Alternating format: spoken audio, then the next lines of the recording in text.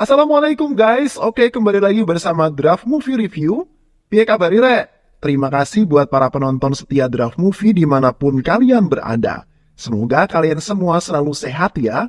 Kali ini Draft Movie sudah merangkum sebuah film yang berjudul Sarfaros Dobara. Bagaimana keseruan filmnya? Gak perlu banyak basa-basi, ini dia alur ceritanya.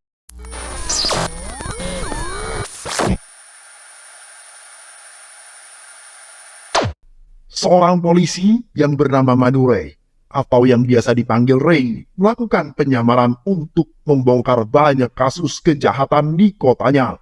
Setelah dia mengalami suatu peristiwa yang membuatnya harus pergi dari kantor polisi, tempatnya bekerja.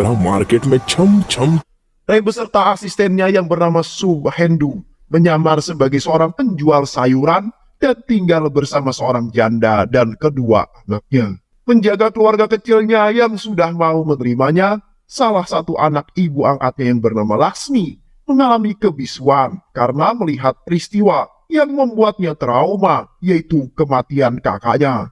Ray selalu mendoakan yang terbaik untuk keluarga angkatnya saat mereka semua berada tepat di kuil.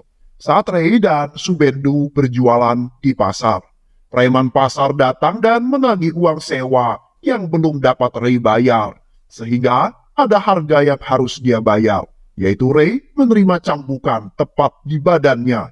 Namun cambukan itu tidak terlalu berpengaruh pada Ray, karena tubuh Ray terbiasa ditempa pukulan, bahkan Ray bisa menghancurkan kayu utuh yang ada di depannya dengan tangannya, dan mengatakan untuk tidak bertindak sewenang-wenang terhadap orang-orang yang ada di wilayah ini. Malam harinya, Ray dan Subendu pergi ke warung untuk minum minuman keras dan bertemu dengan seorang polisi yang sama-sama dalam keadaan mabuk. Dengan arogannya mengatakan jika dia bisa membuat Ray dipenjara. Bukan hanya Ray yang marah, tetapi Subendu yang bertindak dengan menampar polisi tersebut dan mengatakan jangan pernah berani mengganggu Ray atau polisi itu akan terima akibatnya. Subendu yang sedang menjaga toko sayuran. Mereka di pasar melihat ada seorang gadis cantik yang bernama Anita yang belum pernah dia lihat di pasar ini. Subendu menawarkan bantuan untuk menunjukkan tempat-tempat yang indah di sekitar tempat mereka, karena Anita tersebut membawa kamera dan berjalan-jalan di sekitar pasar. Ternyata Anita ingin mengetahui apa saja yang terjadi di pasar tersebut. Sedangkan Ray bertemu dengan salah satu mata-mata dan penghubungnya dengan kepolisian untuk menjalankan tugas penyamarannya. Ray mendapatkan tugas untuk menangkap orang-orang yang akan dia temui di stasiun kereta api pada hari Minggu. Lagi-lagi, preman pasar berulah ketika meminta uang sewa dari kios yang digunakan pedagang. Namun, karena tindakannya sudah meresahkan dan membahayakan nyawa orang lain, kembali mereka harus berhadapan dengan Ray. Subhendu segera pergi menemui Anita yang ternyata menyewa sebuah kamar tepat di sekitar pasar. Dia memaksa Anita untuk mengikutinya karena ada kejadian seru yang harus dilihatnya, yaitu sisi lain pasar. Saat Anita datang, Ray sedang berkelahi dengan para preman pasar. Banyak barang dagangan yang rusak akibat ulah mereka. Namun Ray dapat mengalahkan preman itu, dan disinilah pertemuan Ray dan Anita merekam segala yang dilakukan Ray. Subendu menyamar menjadi seorang penjual es keliling untuk mengintai target yang akan mereka tangkap. Target mulai bergerak pergi dari kediamannya. Lalu Subendu mengirimkan pesan pada Ray saat Ray akan pergi. Subendu melihat Anita meminta tolong dan terlihat ketakutan. Ray pun berlari untuk menolong Anita. Namun saat di sana, ternyata Anita itu ketakutan hanya karena sebuah kecoa dan membuat Ray sangat kesal. Di rumah orang tua angkatnya Ray, Subendu membantu untuk membenarkan televisi yang rusak. Namun dengan arus listrik yang masih menyambung, namun untuk saklarnya sudah dimatikan. Pada saat Ray masuk ke dalam rumah, dia merasakan panas, sehingga Ray yang melihat saklar diturunkan segera menyalakan, dan naas, nasib Subendu yang tersetrum hingga televisi yang sedang diservisnya meledak. Mereka semua terkejut, namun juga tertawa melihat keadaan asisten Ray. Subendu yang mengatakan jika dia trauma untuk membenarkan alat-alat yang berhubungan dengan listrik. Mendengar itu, Ray kemudian memiliki ide untuk menyembuhkan Laksmi, adik angkatnya Ray. Ray mengajak mereka untuk berlibur ke pantai, dan Ray menjalankan rencananya, yaitu berpura-pura tenggelam di dalam laut. Laksmi yang melihat kejadian itu pun panik dan meminta tolong pada orang yang ada di sekitarnya. Namun, karena dia tidak bisa berbicara, maka orang yang dimintai pertolongan tidak mengetahui maksudnya dan berlalu pergi. Hal itu membuat Laksmi semakin panik karena tidak melihat Ray. Hanya ada bajunya saja terlihat, dan ini membuat Laksmi berteriak memanggil nama Ray. Akhirnya, dia bisa berbicara dan sembuh dari traumanya. Mereka semua bahagia melihat Laksmi bisa kembali berbicara. Laksmi mulai masuk sekolah kembali dengan diantarkan oleh ibu dan Ray. Saat akan pulang, ibu angkatnya Ray melihat ada seorang gadis yang dilecehkan oleh beberapa orang pria. Ray yang akan membantu ditahan oleh ibu angkatnya. Karena dia tidak ingin Ray terlibat perkelahian karena ibu angkatnya tidak menyukainya dan mereka berlalu pergi. Namun bukan Ray namanya jika dia melihat hal tersebut hanya tinggal diam.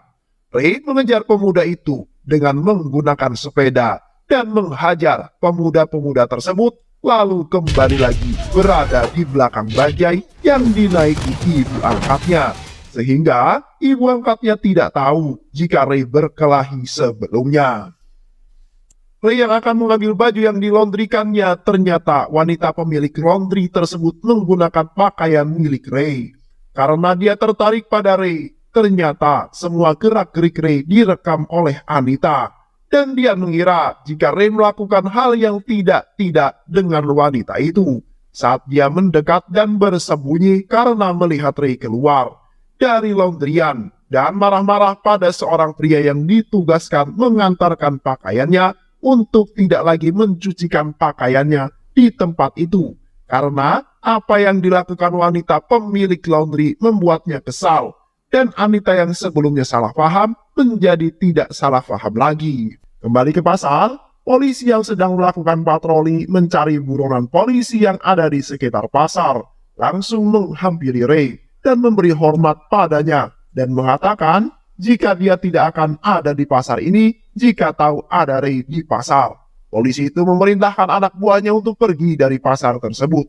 Namun, semuanya telah ibu angkatnya lihat dan dia sangat kecewa karena merasa Ray telah membohonginya.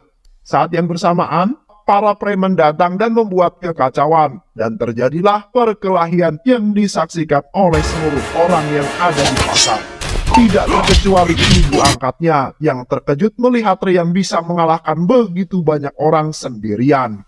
Hingga perkelahian masuk ke dalam rumah mereka dan menjatuhkan kotak yang di dalamnya terdapat pistol dan juga barang-barang milik Ray.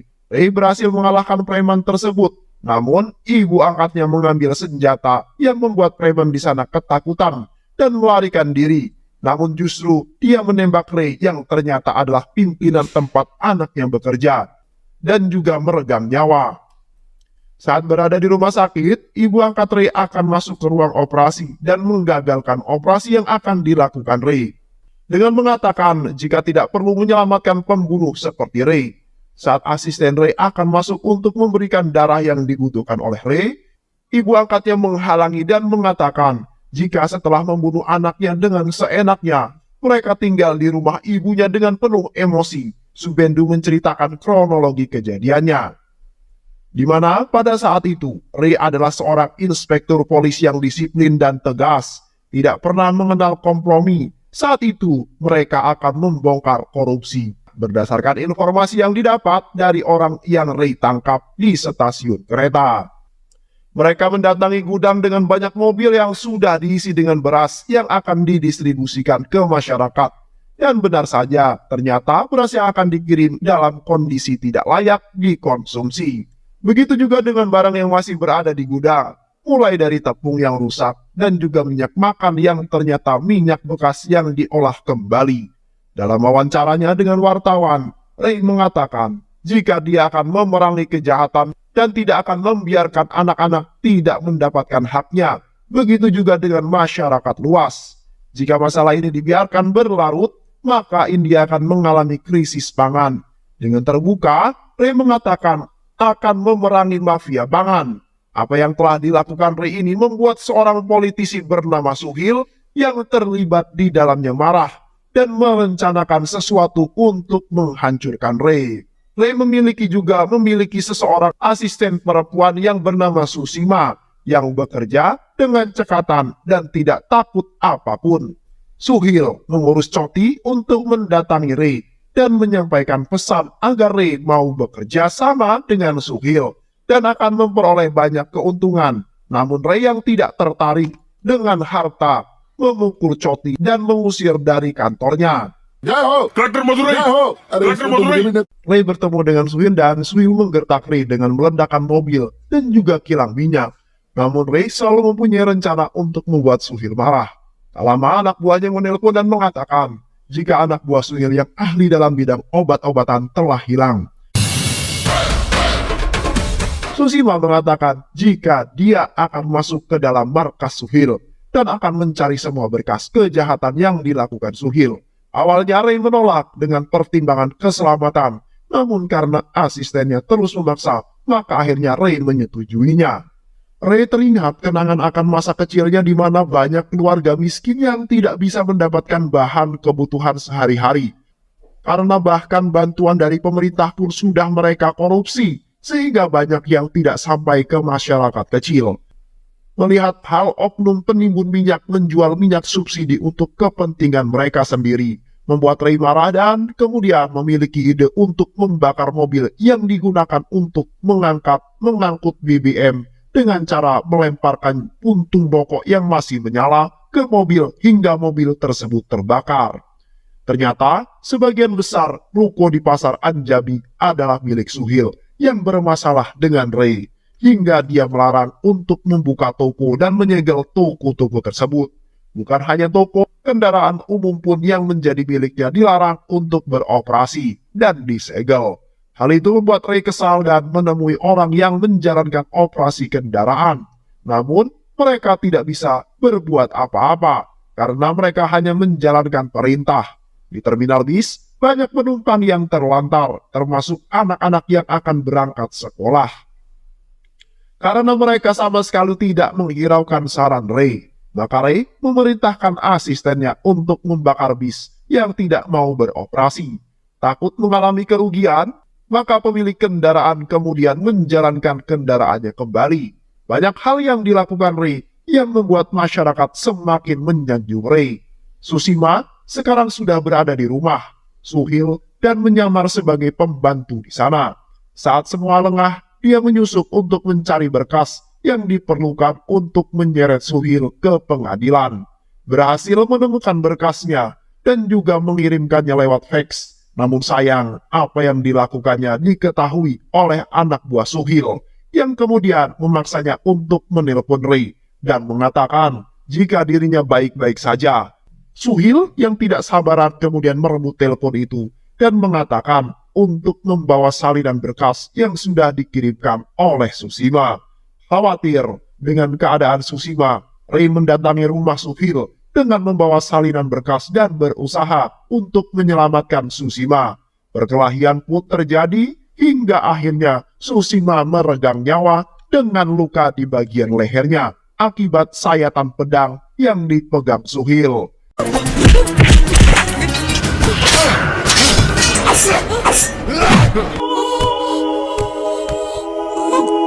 Ray berusaha untuk membawa Susima keluar dari sana sebelum meninggal. Susima menitipkan keluarganya pada Ray. Tidak berhasil, semua ruangan telah dikunci dan anak buah Suhil membakar rumah Suhil. Akan tetapi, Ray dapat menyelamatkan diri dan pergi ke rumah Subendo. Saat berada di rumah asistennya, mereka melihat berita yang ada di televisi yang mengatakan jika Ray telah membunuh Susima dengan cara ditusuk. Setelah itu, Ray pergi menghilang dan kini menjadi buronan polisi.